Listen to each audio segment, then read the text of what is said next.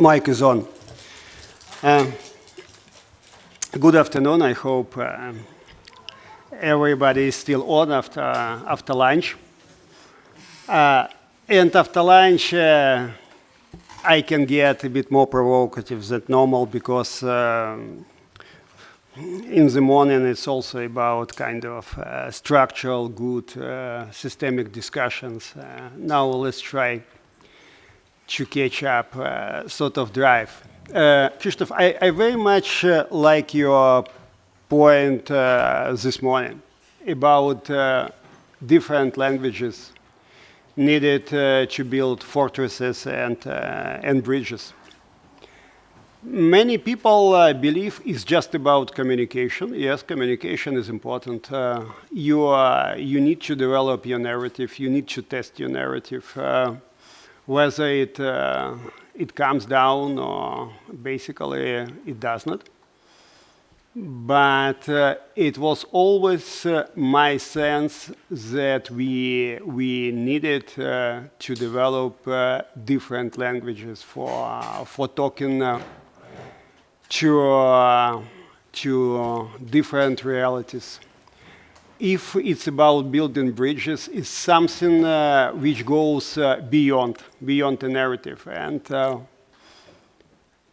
this intellectual discussion, and I hope it's gonna start further, is actually needed because we lack such a discussion, and even more so because there is intellectual discussion among intellectuals.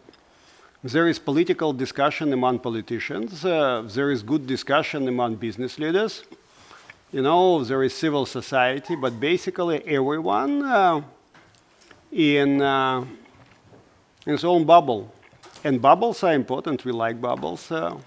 But at the end of the day, any step to go beyond this bubble is something we need to start discussing not just Central Europe, but Europe as such. Because if there is Central Europe, there should be a kind of preconditions that Europe actually does exist. And I mean not just geographically, and we discussed it yesterday. So we need to think how we can shape up this discussion in the future, and with whom. It should be something which is different from what we were having before. But now, a couple of points. Also reacting to your good ideas, guys, today. One point about the Central Europe, whether it's there, whether it does exist or, like Lukas has just said, or I said it does not. Let's push it aside for a moment. The point about whether Central Europe is there,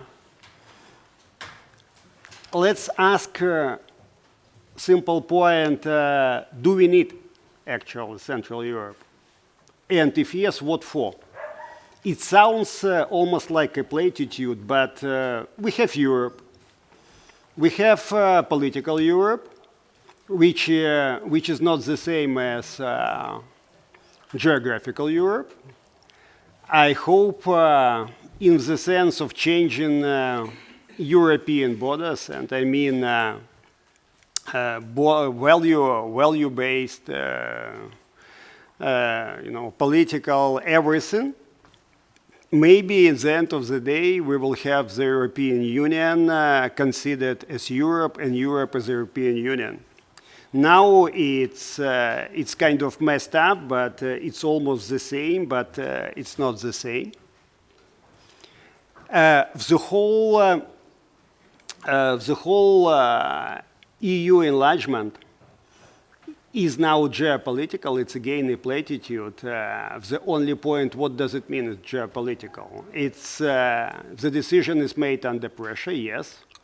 There are going to be big players trying to disrupt this enlargement, definitely yes, and not only Russia. China has fundamental interests both in the Balkans and in the Central Europe. But even more so, if we need Central Europe as such, what for? And before starting these big discussions, we need to start discussing also this issue, because we can say, yes, this Central European space is there. Okay, mentally, big question, Jarosław said yesterday that if we see value-attached analysis, it's kind of tricky. Maybe we can say diversity is great here, but still, what is the sense of unity here? Unity and diversity, again, fine. But if we have the level of diversity, what does it mean to have such a level which prevents us from, I would say, executed solidarity? So not just political solidarity, but any sort of solidarity, also cultural solidarity you've just described. And in some moment in time, we can come to reality where diversity is not just good idea, like European diversity, but diversity which actually makes it impossible to feel ourselves as a unity. And it's still kind of discussion we are not having. The second point is about what kind of Central Europe is important politically and how it's perceived. If you go to Brussels, and for the whole Europe, symbolically, you can find different centers. Brussels, it's probably not the best place to live, but in a way, it's seen like a center of Europe. In a way, Strasbourg, after 25 years of enlargement, there is still basically the whole focus of EU institutions in Brussels and in Strasbourg. There is no European Parliament coming to Prague or Warsaw, nowhere. Or basically, the whole sense of European politics is not there, because European Union is there, but European politics is not there. There is still national politics. Macron, keeps coming up with all kind of ideas about let's have half of their European parliamentarians kind of elected directly. Would be fun. But what does it mean to have all European campaign, a kind of campaign? It's fundamentally changes the focus, but in all these years, Europe has failed to build up any credible European politics beyond what is going on in the sense of managing first the common market and secondly the minimum level of security point. Maybe we should start thinking about challenging Europe from our reality, from Central Europe, and say, look, guys, if they are unable to create European politics, let's try to imagine what does it mean to have Central European politics. In a way, it would be even tougher and more challenging if we have, Hungary here, Slovaks here, Poland, Ukraine. But in some moment in time, we can try to understand what could keep us together. And this exactly goes back to your point, Krzysztof, about building fortress. It's fine. We understand that we need strategy, deterrent strategy for Russia, and any sort of security model should be against Russia. What does it mean to have such deterrence against Russia? It's something which is still fundamentally not understood, and not because it's too difficult to understand, but because there is no political will to start getting such a public discussion, which is also understandable from some way, but not understandable from a different one. But also building bridges. And it's my point. Building bridges, what kind of bridges? Building bridges, between us, it's one point. And it's indeed a big challenge because there is a gap between us and new member states. It's historical, mental, economic, political, any kind of gap. But there is the same way a real gap between New Europe and old Europe.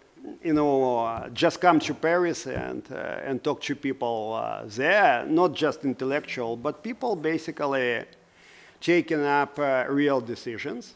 But even more so, if you ask people in Paris, what is your perception about Central Europe? Basically, the sense, it's so difficult, it's more autocratic, it's more conservative. Hungary is there, Poland is there, rule of law is there. So Central Europe, how it's seen from Brussels or from Paris, it's becoming more and more of a problem and less of the solution. It's also my sense.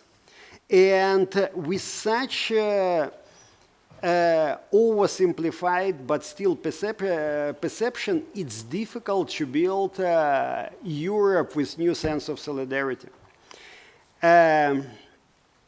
But if we go somewhere to Africa or to Bangladesh and ask something about Central Europe, the answer would be completely different. The answer would be, yeah, it's bad guys because they don't like immigrants. It's a normal answer in Bangladesh. They don't like us Bangladeshis. We can go to Italy or to France, but, all these guys, they're so conservative. They're so, anti.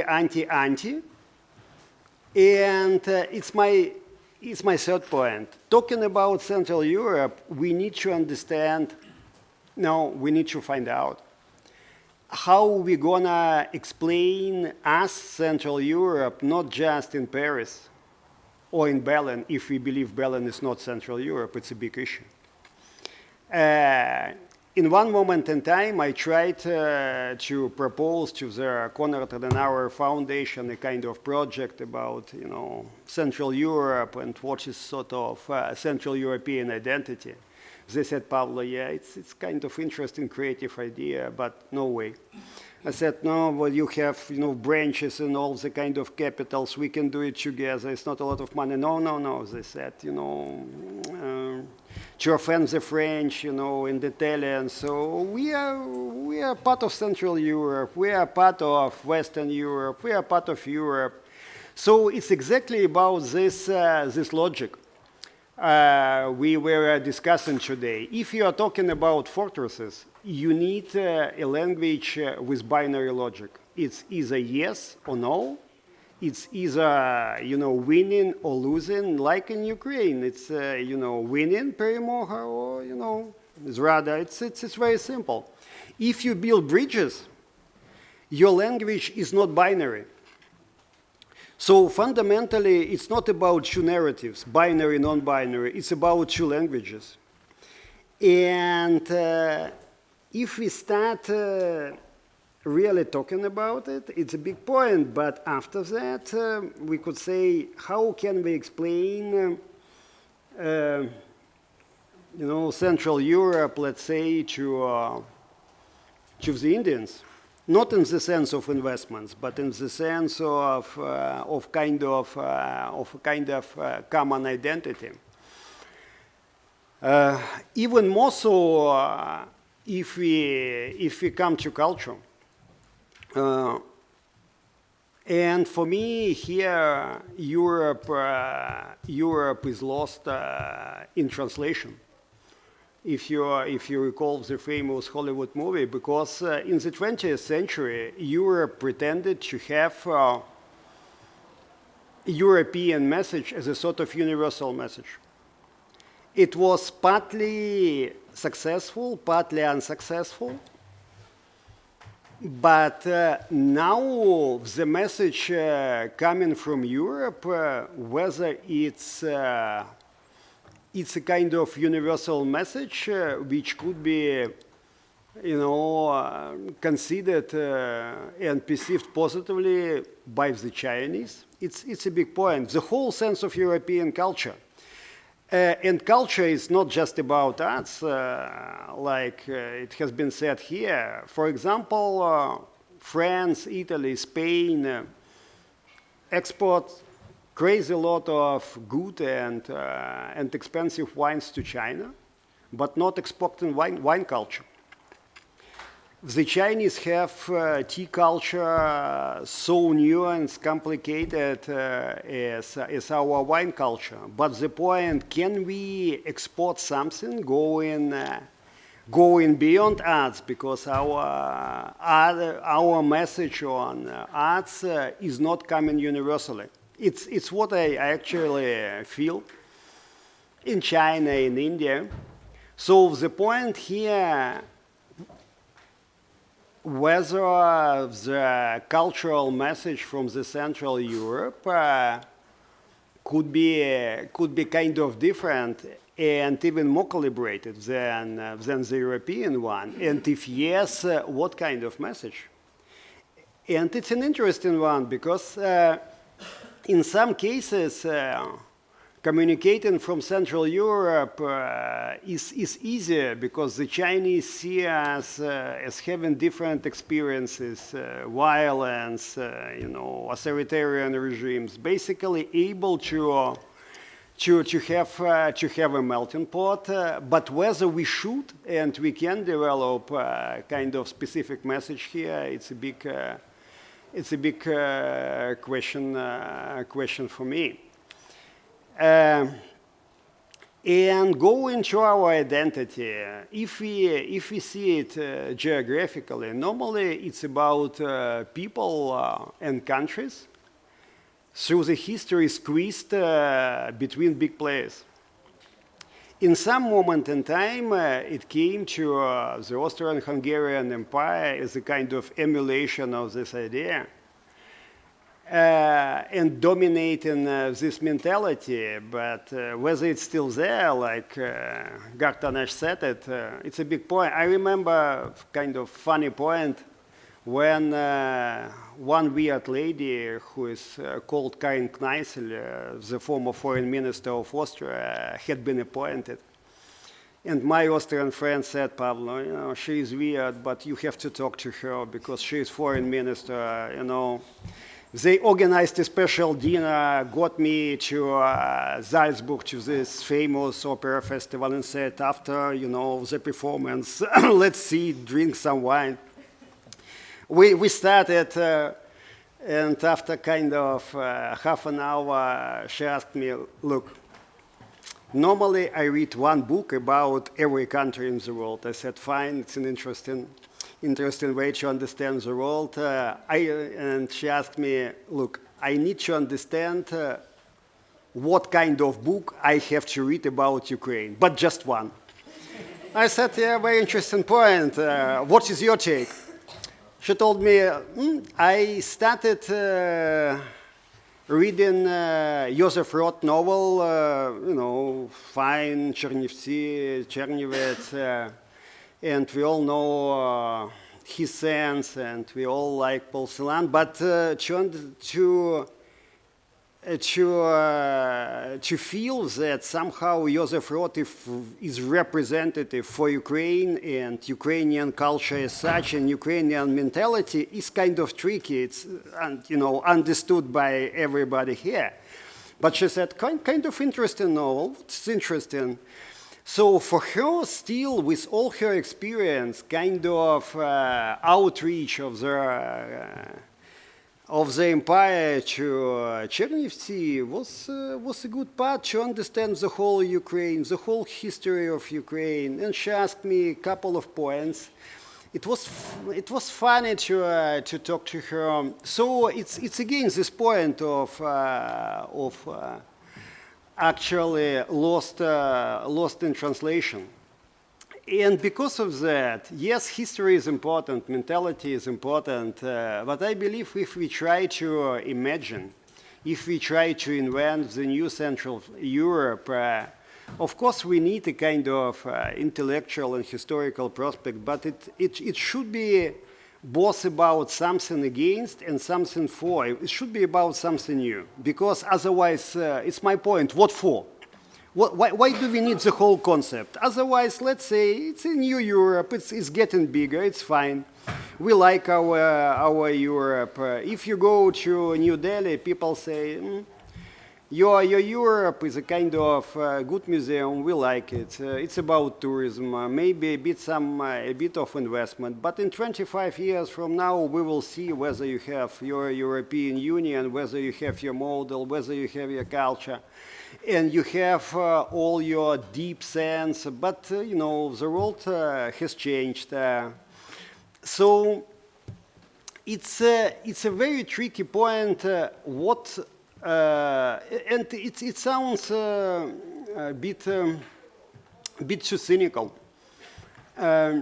But it's indeed too cynical, also in a political sense. But we have to find out, why do we need this concept? What kind of concept? What do we want to do with this concept? Cultural, political, probably mental. If we want to start this discussion about this necessity to combine languages to build a fortress, and we need a fortress here, and to build different kind of bridges, we need to understand what kind of people can combine these two languages, and what does it take. For me, this intellectual discussion should become, we've discussed it today, part of the intellectual resilience. We are talking now a lot about energy resilience, economic, all kind of stuff. It's all pretty important. We are talking about resilience in our societies, but we are not talking at all, at least correct me if I'm wrong, about intellectual resilience. It's not there. At least I have not heard pretty much nothing about it. What does it mean to have intellectual? And we need intellectual resilience in Central Europe, because Russia is there, China is there, and the others are there. And maybe such intellectual resilience could become sort of good platform for other kind of resilience.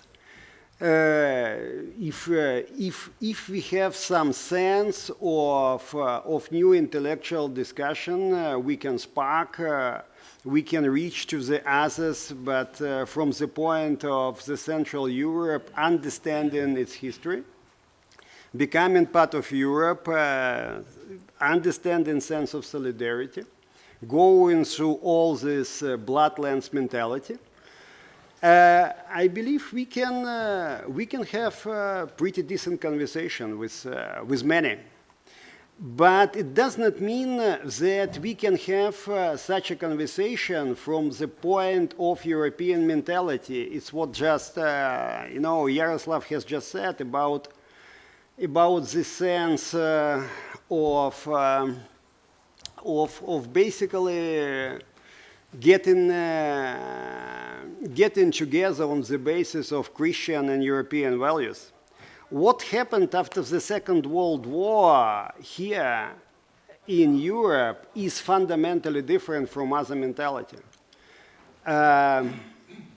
If some Arab leaders wanted to kill Assad, and now Assad is back, is not about the same process which actually was happening between France and Germany.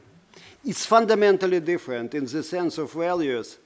And what we have to do, and it's really my conviction on the basis of my communication, is to avoid in any sense to try to create a sense that it's about teaching, from our point and even from our good experience, because you can't copy and paste your good experience, got through your history and got through your values, and coming to the others and saying, guys, now let's build bridges on the basis of what we've been having. So if we start this discussion, the starting point, and I would rather push it for our discussion, what for? Why do we need the sense of Central Europe? Maybe some guys would say, okay, Central Europe, European Union is there, Central, why not Central? The Central is Europe. And what is the center of Central Europe? In Europe, Brussels could be considered one of the centers. There is this famous axis, France, Germany, all kind of constructions. What is the internal construction of the Central Europe? It was about what? So there is no political or non-political structure which would somehow glue the Central Europe, which I consider Central Europe. Visegrad, is a joke, CEI is a joke, so what? We can talk to each other, fine, but what is basically something which could organize our discussion, political discussion? Business can talk to each other, say, common market will be there. Intellectuals, yes, from time to time, but we don't have now no sense of structuring of central. If we don't have it, we don't have a center, we don't have a network.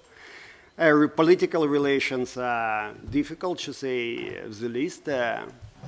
So my point to provoke this discussion, let's push aside the point whether Central Europe does exist or basically does not. Let's try to imagine what kind of Central Europe do we need and what for. And maybe it's not needed. Fine.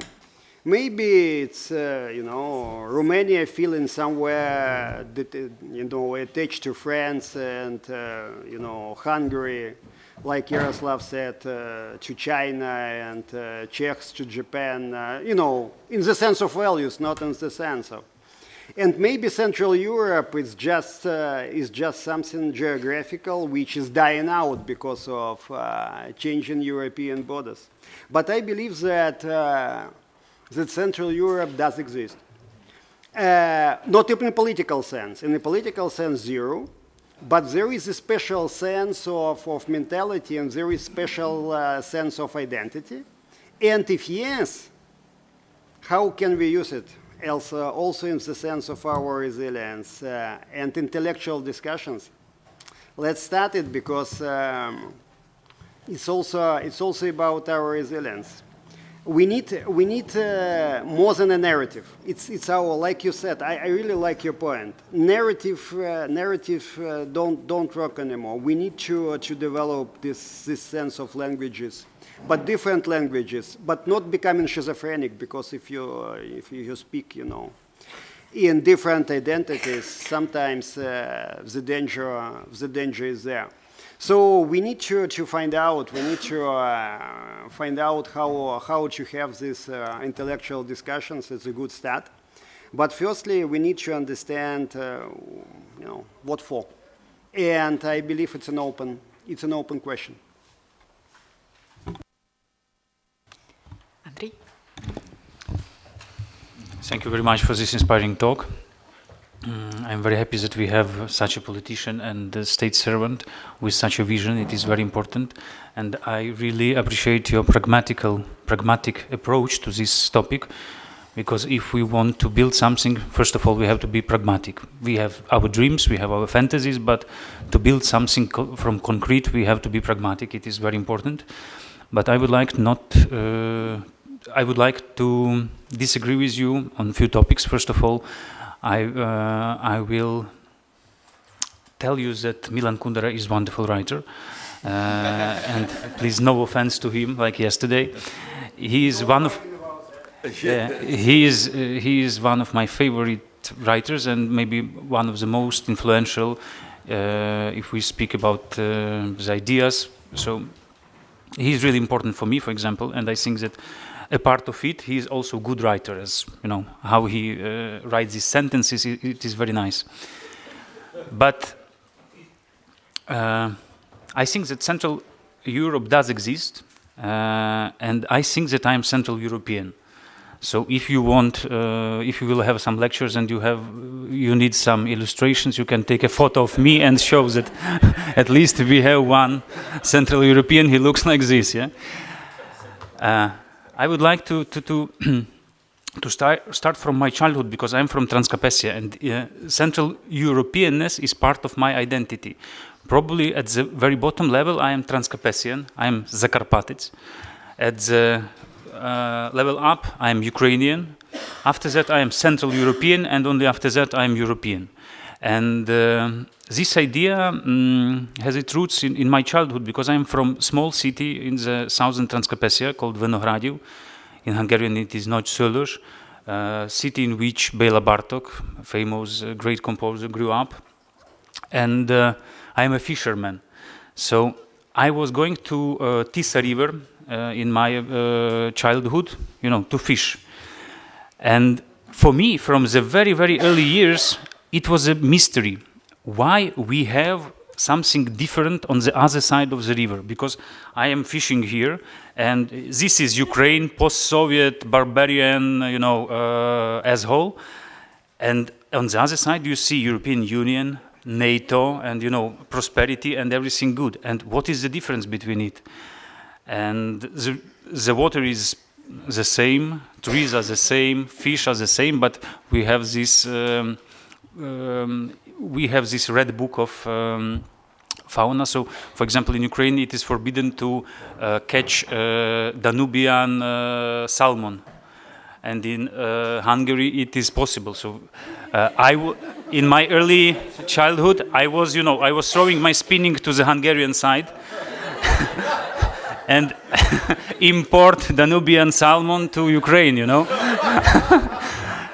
And but from that very period, border became one of the biggest mystery for me, because of course it is something which is not practical. Now we can see these erected fences and so on, but when you have a river and the central course of the river is the border, and river from time to time can change this course and so on. So it is some kind of a mystery still for me.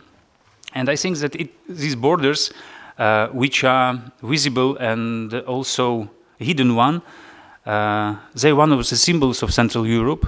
And maybe another symbol should be living together with your neighbors, living together with your minorities. It is something which we share, all of our countries.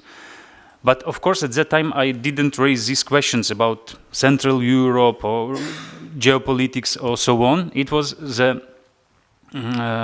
much later when I realized this thing. And when I was studied in Poland at Warsaw University, and I was taught that Central Europe is Visegrad 4 plus Romania. But why Romania? Not because it is, not because of some famous intellectuals or their language is more close to French or Italian and so on. Romanian because they have Transylvania, and Transylvania is the treasury, which means the link to real European culture. So it was taught at the university. And of course, they denied our right to be also part of Central Europe, because it is Eastern Europe at Sev. Yeah, it was like this. And for that time, I was thinking that Central Europe is something limited, first of all, geographically. So we have this Visegrad 4 and maybe parts of in other countries which were part of Austro-Hungarian Empire. And after that, I realized that maybe Central Europe, if we speak about the mentality, about the ideas, about the common consciousness, maybe you can list Central European countries, and it will be only those countries which have no access to the seas. Because when you have no access to the sea, you are, sieged in this, and you are in some center. You are surrounded by something else, and have access to the seas also have this open door, have this Porto Franco to speak with different cultures and other even far located countries and cultures. So, and now Kundera. When I was a student and I was preparing to work in Wrocław after the university in Jan Nowak-Jezioranski Foundation, we had Euromaidan, and then the war started, and I realized that I have to return to Ukraine, because if I want to be a writer, a real proper writer, I have to live in Ukraine, because it is the center of the events which will, you know, in a way, will predict the future of the whole Europe. And it was Kundera who taught me this, because Kundera, you know, wrote his essay about this Central Europe because he had this experience. He wrote this unbearable lightness of the life because he was part of this Prague Spring and so on. So if you want to be a writer and if you want to write something deep, you have to be there, not only to observe. And because of Kundera, I decided to return and live in Central Europe. And it means for me that I have to return to Uzhgorod, to Transcarpathia, because it is the city from which it is closer to 11 capitals, or maybe 12 if we will add Pristina, than to Kyiv. So it is real Central Europe surrounding us. And of course it is small, very strange region, this Transcarpathia, and it is very small, but we have 4 borders with all of our 4 Western neighbors. We have Poland, Slovakia, Hungary and Romania, four of them. So it is really Central Europe in miniature. And that is why, after living in Kyiv and after living in Warsaw, I decided that I have to return here and to live here, to live this Central European life and to develop this idea. But my problem was that I was limited with 2 important things, and I found them as obstacles for us to understand the proper sense of this Central Europe. So I was limited by the idea of the past. I thought that Central Europe, it is something which was made, which was written or painted in the past. For example, it is part of Austro-Hungarian Empire, or maybe it is part of this Polish-Lithuanian Commonwealth. Mykola Repchuk has wonderful essay about the borders, and he told that maybe Europe is somewhere near Odessa region where was the edge of this Polish-Lithuanian Commonwealth, because if we compare results of the elections of 2004, Yushchenko-Yanukovych, you can see this difference between 2 small districts, and it means that this heritage of Polish-Lithuanian Commonwealth of Europe still exists here, and we cannot find them there only in few kilometers. It is very interesting approach, and I was really big fan of it. And that is why, for example, I was also a columnist for a portal called Zbruch. Zbruch is a river and very, very important intellectual website based in Lviv, but it is about this Central Europe in Ukraine, about Central European ideas and so on. And for me, for example, I thought that, okay, Czernowitz, Lviv, Brody, it is some kind of my motherland, less or more, and of course we have more in common than we have with Eastern Ukrainians. And I made during these years, during this actually 15-20 years of I'm practicing this idea, try to find some answers, I made some evolution in it, or maybe degradation, I'm not sure, but still. Now I think that our main problem when we speak about the Central Europe is this geographical approach and historical approach, because we always, you know, look at the map and look at the history book and say something, and we don't see people alive, real people with their views, with their deeds. And I wrote an essay for this book Krzysztof is going to publish, and it started with some provocative sentence that I know the exact date when Putin decided to attack Ukraine, and it was 2nd of October the 2nd, 2021. because it was historical day for me, at least for my personal biography, because in Kharkiv we had the premiere of the opera called Vyshivany. And Vyshivany is Wilhelm von Habsburg, one of the symbols of Central Europe, one of the symbols of being European and have the right to choose your identity, to support others, be open to and full of empathy to others. And Wilhelm von Habsburg, of course, as part of Habsburg family, we have this idea that probably he would be the king of Ukraine if we will recreate this Austro-Hungarian Empire, Austro-Slav Empire, or something like this. So probably he will be at the throne here in Western Ukraine and so on. He made his decision. He became Ukrainian. We know him as Vyshivany, like Vyshivanka embroidery. And he was Ukrainian poet. He wrote poetry in Ukrainian. He fought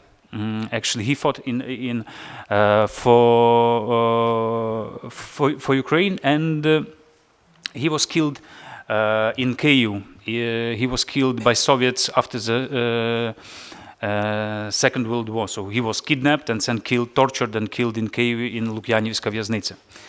And why it is important? Because for me, it is really easy to understand that, for example, in Lviv, we have opera, newly written opera about Vyshivany. It is obvious for me that it is possible to have it in Chernovitz. It is even possible for me to have it in Uzhgorod, despite the fact that we don't have opera house. But not in Kharkiv. It was really nice adventure, because I take a train from here, from Uzhhorod, and when you go from Uzhhorod to Kharkiv, it is 26 hours in the train. I had a lot of time to read, to sleep, to rest and so on. And when I went out from the train, at the Kharkiv railway station, the first thing I hear was Belgorod. They were advertising these marshrutkas to Belgorod, to closest Russian cities and so on. But it was not popular. No one wanted to go to Belgorod, yeah? And it was first nice sign. And then this opera was wonderful. It is in this Bartok Stravinsky tradition of experimental modern music, very good.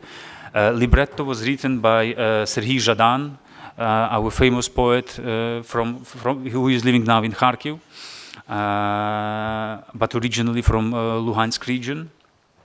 And it was financed by the local big businessman from Ukrainian Forbes list, and it was part of partnership between state theater and real business, which is not oligarch business linked to the state or something like this. So it was really sign of new possibility of partnership between these post-Soviet structures like theaters, ugly theater building in Kharkiv, a local business, different people who create this opera, costumes, texts, and so on. And it was sign of something new. And I realized during that opera that I'm in Kharkiv, that I'm actually in the Central Europe. Because I discovered that Central Europe is not about geography, it is not about history, it is not about view of railway stations like famous Czech intellectual told. I think that Central Europe is about solidarity, and we have this mobile academy, but probably Central European idea, it's a mobile idea, which migrate. So when Lucas says that this idea is not important for us because, I can agree, and I understand that probably it lost its importance for Hungarians or Slovaks or even Czechs and so on. But it migrate to Ukraine. And now it is very important idea for us. And as Hanna told, that it is very important, very alive, very fresh, and idea which gives us some strengths to dream about the future. And that is why we, as young, quite young guys here in Uzhhorod, together with our friends, created this Institute for Central European Strategy and so on. It is not like empty idea. All of us returned to live here, to practice living in Central Europe, to do something, because yes, we believe that Transcarpathia could be a brilliant point, brilliant Platzdarm to build these bridges with different countries, and it should be the gate for European integration. So we can combine these philosophical ideas, intellectual, cultural ideas with practical and pragmatical approach in politics, in policy, which is much more important. And combining this could give us future. So for me now, I think that it is Central Europe is about solidarity, is about equality, and is about future. So when we are looking into the past, yes, we can say that it is half in coma, half paralyzed idea only for intellectuals, for cultural cafes and so on. But if we think about the future, if we think about building more safe future and the region, this idea start to be very, very sexy and very useful. What is really important, and I would like to formulate the idea of the Central Europe, because I saw it on the banner during Euromaidan. I think why? Because Central Europe, we are small, relatively small countries, and we don't want to occupy someone, to colonize someone. We want to live, in our world without any big conflicts, without any big tensions, because we are really traumatized, all of us, with different things in the past and as for us, even in the present. So that is why we want to live in safe atmosphere, in more or less good friendship and partnership with our neighbors. And the best formulated idea was at the banner at the Euromaidan. In Ukrainian it is "Від'єбіться від нас." So fuck off, yeah? Don't go to us. We want to live here, and that's okay. We also don't want to go to you and dictate you what should you do, or so this solidarity, this equality, and are the ideas that are alive today in Ukraine, in other countries which for part of Europeans are Eastern European countries. But of course it is way. So my answer to your question, for we need Central Europe, I think that idea of Central Europe is very pragmatic, is very practical tool for us in order to migrate from the east towards west. And I will risk to say one important thing, which is not. I am sure that, for example, in Ukrainian society today, this idea will not be popular and probably will not be understood. But I think that if we are thinking about the more safer future in our region, in Central Europe or in Eastern Europe, this idea have to migrate to the east after the borders of Ukraine. This idea has to infect Russians. Okay, in this moment we are denying their right to be Europeans, and they are from Asia and so on. Okay, I agree. But if we want to have safe future, it is impossible not to take into the account possibilities that idea about equality, democracy, solidarity with others can migrate and could migrate to the Far East, as for now. So, and maybe it is not our, of course, role or function. We don't want to promote this idea in Russia. But I think that if we are looking into the past and we see how this idea developed and how it infiltrate new and new societies, new and new generations, new and new minds, I think that this idea will find its way towards the East. Thank you. Thank you so much, Andrij.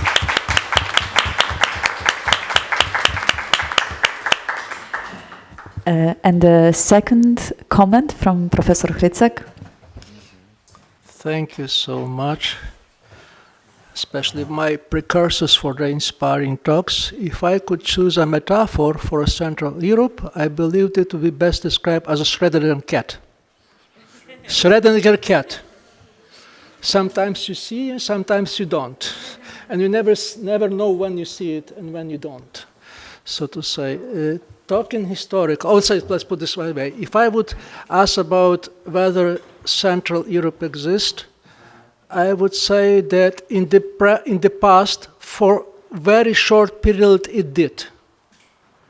And this is mostly period starting on the eve of the First World War until the Second World War, 10 to 30 years. And with mostly nostalgia. Concept of nostalgia for Habsburg Empire. Habsburg Empire was not the most efficient empire, to say the least. It is much better for what come after. So it's feel a nostalgia, because the kind of stability, the kind of things, in that sense, yes, there was some kind of certain Central Europe. If Central Europe exists nowadays, I doubt. I don't believe it does. Because if you follow this kind of the metaphor which is suggested by Pavlo Klimkin, these bridges and walls, so basically the concept of this concept is about inclusion and exclusion. Who's in and who's out.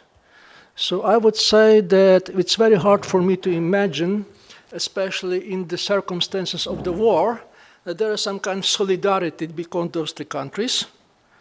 I hardly see, with all due caveats, that Hungary and Slovakia are on the same path, on the same trajectory in some space like Poland and Czech. And probably the most telling case is former Czechoslovakia, which ones be the one country, and then we see how different they are, Czech and Slovaks, in this case. So to say, I don't see solidarity. I don't see solidarity. In my case, Central Europe falls apart. Since if Central has a Europe, probably yes. Probably yes, but I'm skeptical because I don't see specific reasons why Central Europe has to exist.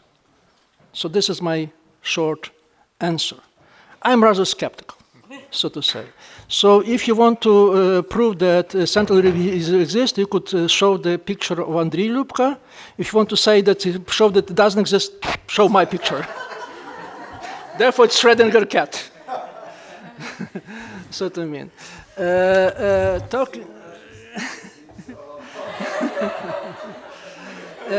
This is concept which has some advantages, but also come dangerous in many senses. Poisonous, I would say.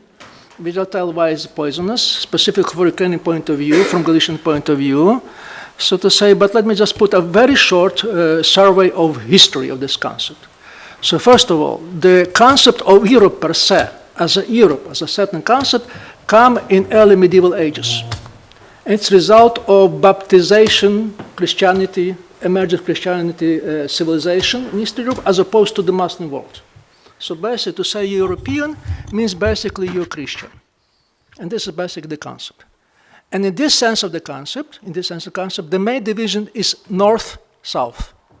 South as a center of Christianity, of civilization, and the north is a barbarian world that tries to be civilized by accepting Christianity. And this kind of division exists more or less until the 17th, 18th century. This is north-south, not east-west. East-west come rather late. East-west started with secularization of Europe, with the concept of enlightenment. This is a beautiful book by Larry Wolff, who says that the emergence of Eastern Europe could be dated by the 18th century. It's very much a result of the French Enlightenment, so to say. And basically, the point is, the irony is that they introduced East-West instead of South-North, North-South, because basically North-South was civilization and barbarians.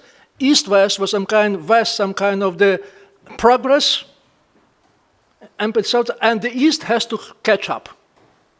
by some measures. Disciplined, if you accept some kind of the rule of the game, it has a chance, so to say. So in the imagination of Diderot or other French intellectuals at the time, the embodiment of the East was Persia, Orientalism, so to say. And there was a space which didn't feel in the East or not between France and Persia, which could be someone named. So this they come as the idea of the Eastern Europe, which is still Europe, but not that much Europe. It's still Eastern, some kind of mixture between Asia and Europe, Asiopa, if you say that, so to say. So this is basically Kaimat. And interesting thing is that this concept, Eastern Europe, was first applied in the eastern borderlands of Austrian Empire, particularly in Galicia, because this is the first when the Enlightenment monarchs came to this space and they found this different kind of the strange region, half Asia, so kind of Austrian Siberia, which you couldn't name, and this was Eastern Europe, so to say. So basically, concept Eastern is very much grounded in this region, and then it extends to the other territories of the former Russian Empire, European part of Russian Empire. And more or less it exists until the First World War. The central concept, Central Europe, emerges on the eve of the First World War in the specific German context as a Mitteleuropa, which sounds very similar like a Central, but it's not a Central Europe, it's a Mitteleuropa. Mitteleuropa as a kind of the space which German Empire considers as being legitimate for their control. German Empire emerges in the end of the 19th century, has no colonies, so therefore they consider this as their space.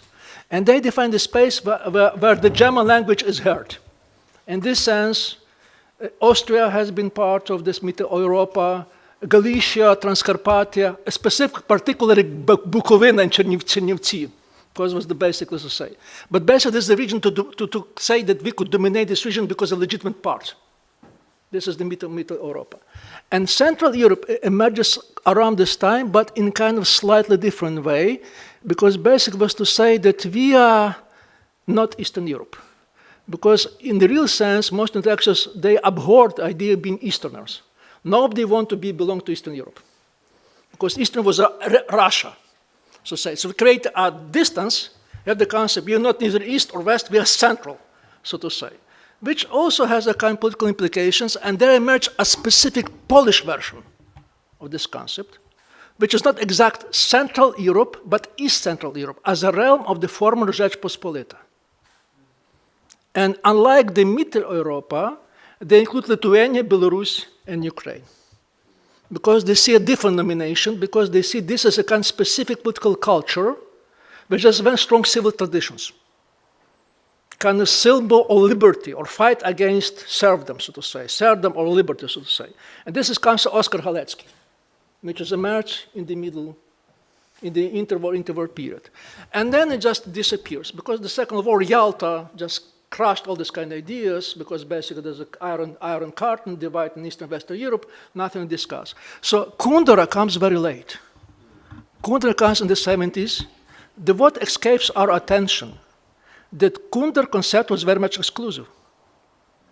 Kundera concept refers only to the space that has been under communist control after the Second World War. It was extended toward Belarus, Ukraine, or even Russia, unlike the Polish concept, so to say.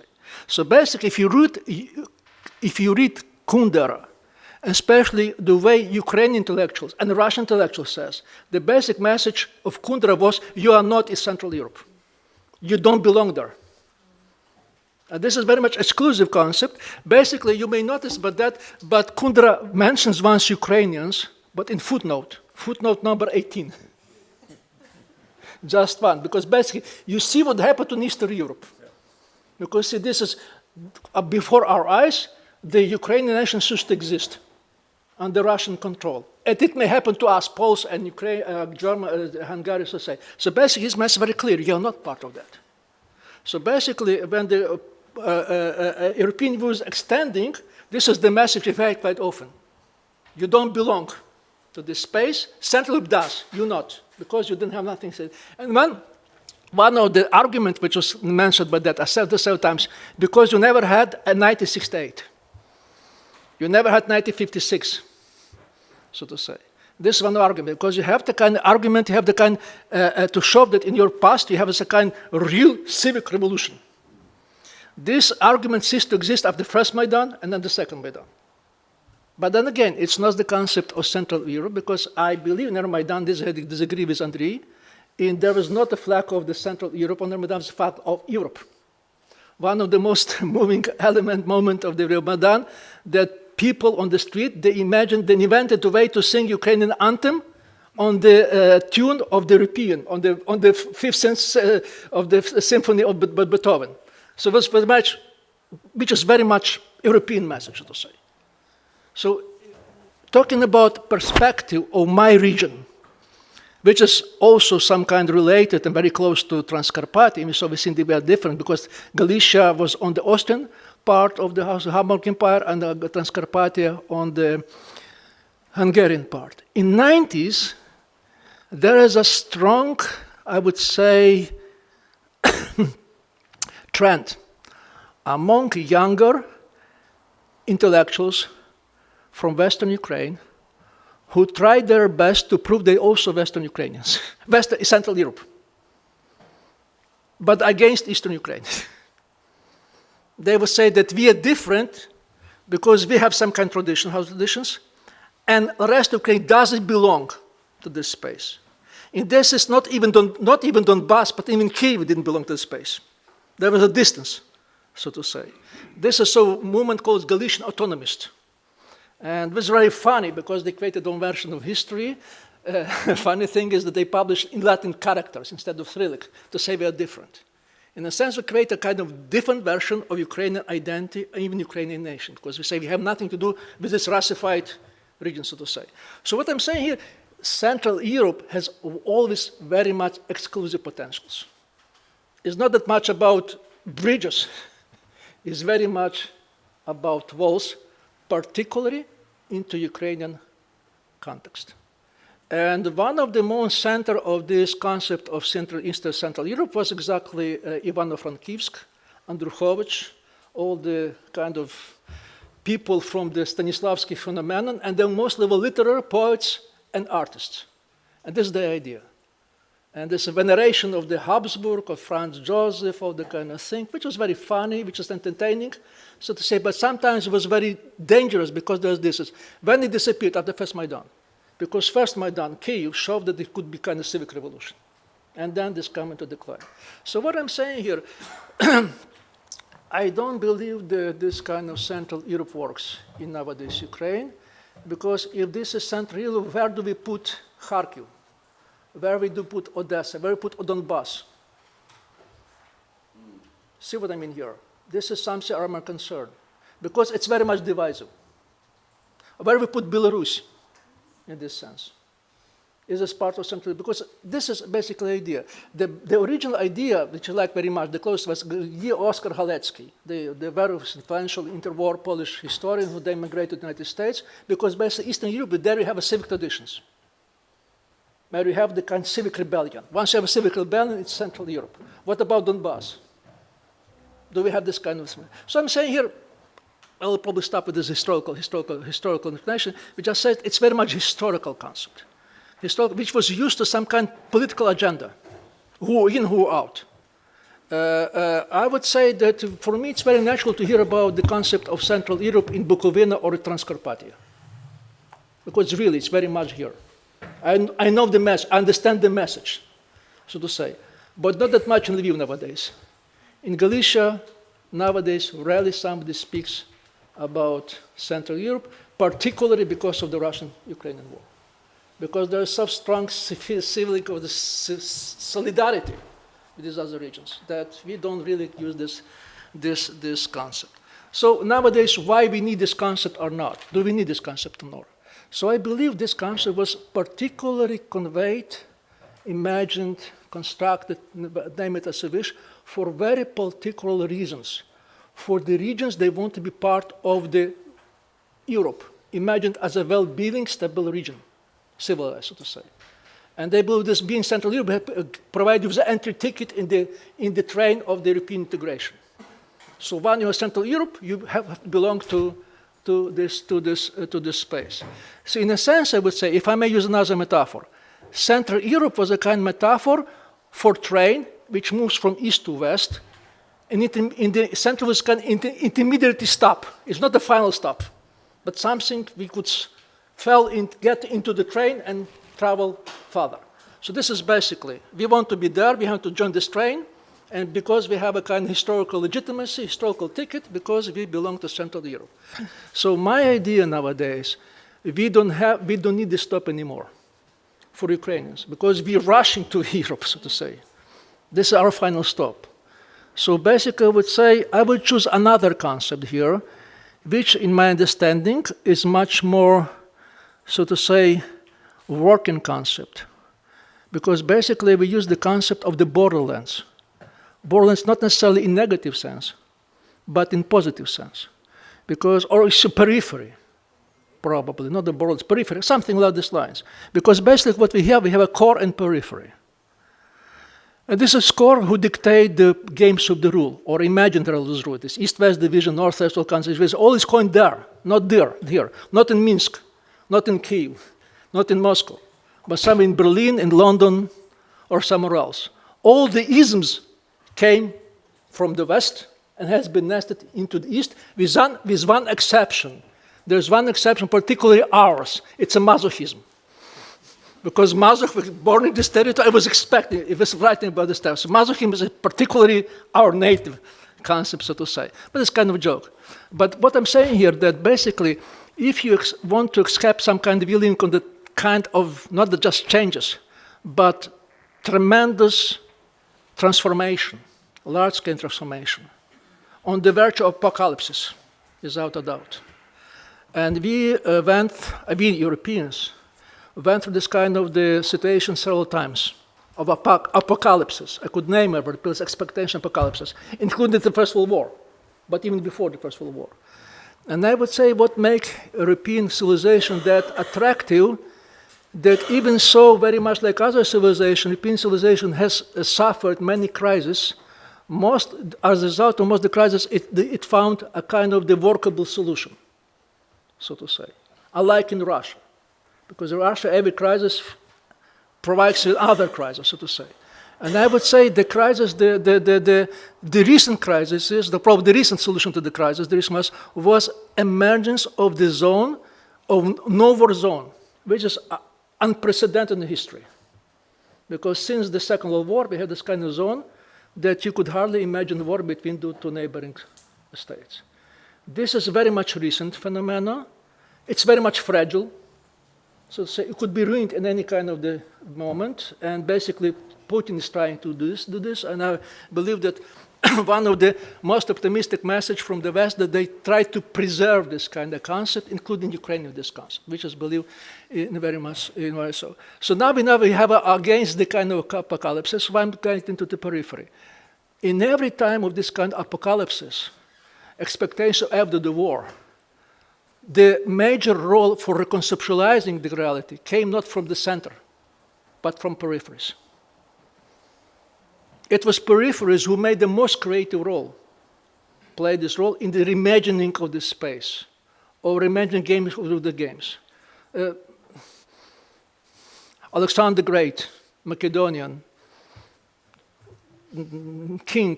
Macedonia was backward water of ancient Greece, but it created a Hellenistic civilization.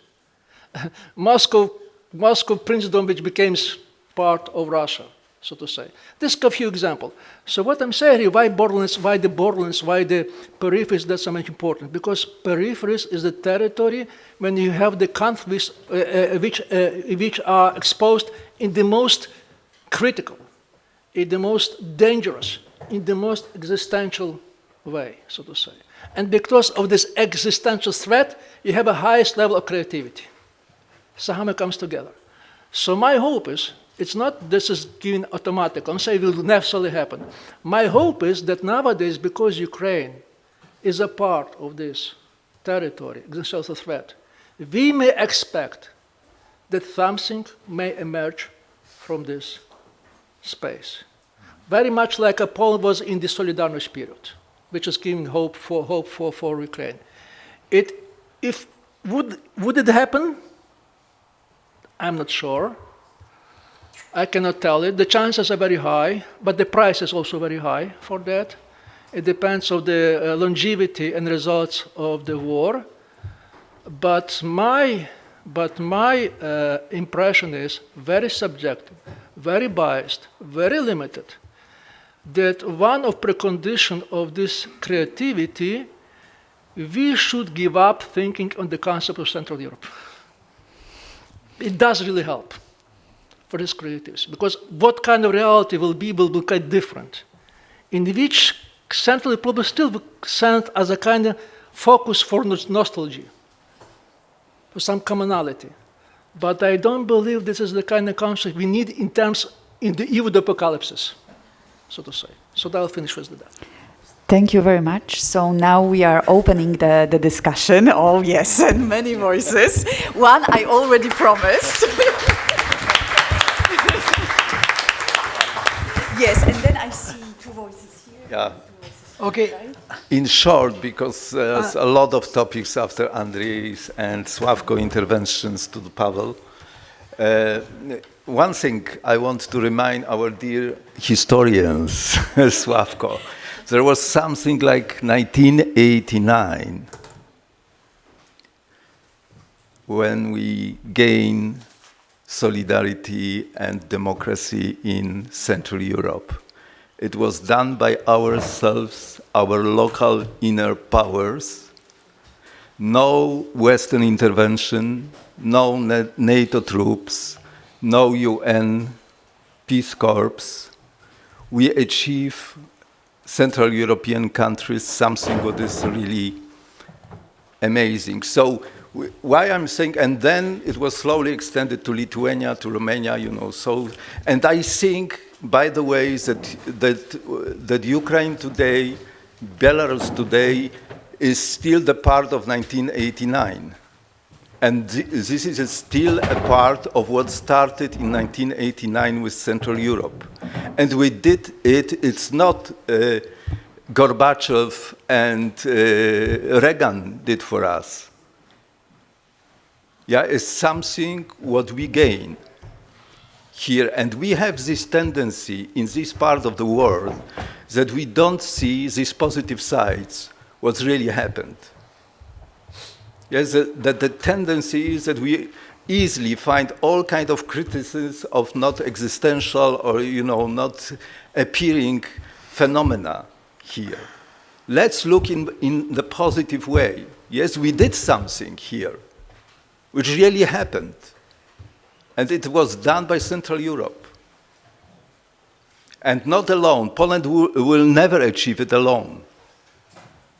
Hungary will never achieve alone.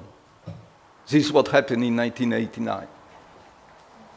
Yeah, so that's I think something what we should continue to discuss in a positive, constructive terms about Central Europe. Central Europe has a very concrete achievements already. Yes, with really what happened.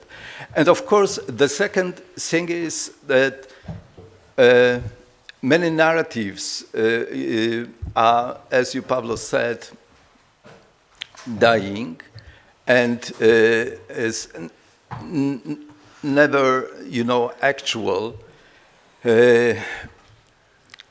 because you see, Sławko was saying, you know, about Belarus, about Kundera's exclusiveness, you know, towards Visegrad.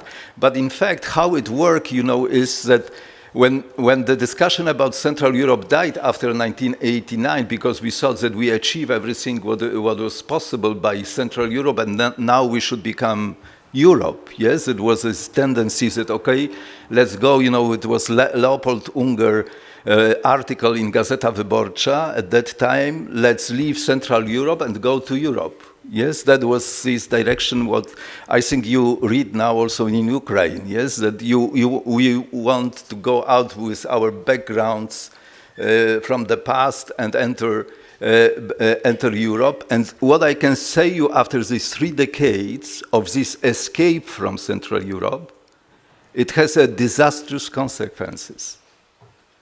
Because of escaping from Central Europe, we have a very strong populist, anti-European attitude today in our societies. And the reason for that is that we easily wanted to escape from Central Europe and become just Europeans. Because what it means, that all solutions are in Brussels and Strasbourg, but not in our responsibility in our countries. Yes, so this escape was, like shifting responsibility to the common space of Europe, but leaving our corners, our own responsibilities in our societies. So it was very interesting to see that after this discussion and debate died in Poland, it was born in Belarus and Ukraine. Yes, and it became very hot issue and topic, and they didn't care about this geographical exclusion, as Hannah said, yes, today, because something different was, or Andrij said, something different was more important for them. So this is about, achieving this new language and this new perspective. For me, the moment I understood that we need new Central Europe, Pavlo, was when I was with Sławko. It was the year 2011. We went to Kharkiv. For the meeting, we called it Heresy of the Borderland. You remember, Sławko? And I, for the first time, I've met there young Serhii Zhadan. And it was, after Balkan War, after war in Yugoslavia and so on, and which was a kind of, there is no word peremocha during the Yugoslav war. Nobody was feeling that anybody was victorious in that war. There were no victorious sides in that war. So after this depression, of the Yugoslav war, nothing is possible. Everything is spreading to small nationalist ideologies and so on. I suddenly met a young man, a Ukrainian man, Serhii Zhadan, who was pacifist, like your friend you told us in the cemetery today. And he convinced me that his future is the fight with Russia. That he already knew at that time that his fate as Central European is not a Krugwist, circle table. He understood that we had this comfort of circle table in our part of Europe, but his fate is to achieve the same goals we achieved in 1989 is a fight, is an engagement in fight. And for me, it was, not like, it's another planet from Central Europe. But I thought, okay, this is a new Central Europe. Yes, that there is no excuse from that scenario. That we should take, as Marcy started today, our discussion today, that, it's not like that you just push out from your body this otherness or this something, as an external subject or object, yes? But you should understand in Szestow's way, in Patočka's way, that it is part of your body. It's part of your psyche. It's part of your word, of your millennium, that this attitude of Serhii and the fight and of Ukraine is part of our body. You are part of our Central European body. And how we will go out of that, how we will be in this word peremocha in 2-3 years, it's a new language, it's a new scenario, it's a new narratives, but we are still in that body. Yeah, I think we should understand that this is something what we should accept as part of our identity, our situation, our reality, and finding the way out of that. And most probably, It will be like creating new language, new ideas, new way out. And when I talk about these issues in Western Europe, because it's like with Belarus in Ukraine, you know, when you go to London, when you go to Berlin, when you go to Madrid, they are asking us, okay, but what you can contribute to that? May I Yes? ask the question? Yes. Why should we? Why should we? Because we share responsibility for Europe. Why don't use the Europe? Sorry? Why don't use the concept? Why in this case don't use the concept of Europe or New Europe? Why do we need a specific Central European space? Because we have something, you know, we share some experiences together. Yes, which builds your answer. But again, this is what we discussed today. We are referring to the past. No. Let's no, make Central Europe great again, No. in a sense, No. because it was nice. But I this, think Sławko said you was always referring to the past. We are now It's not going, about you know, past. ahead. Yeah.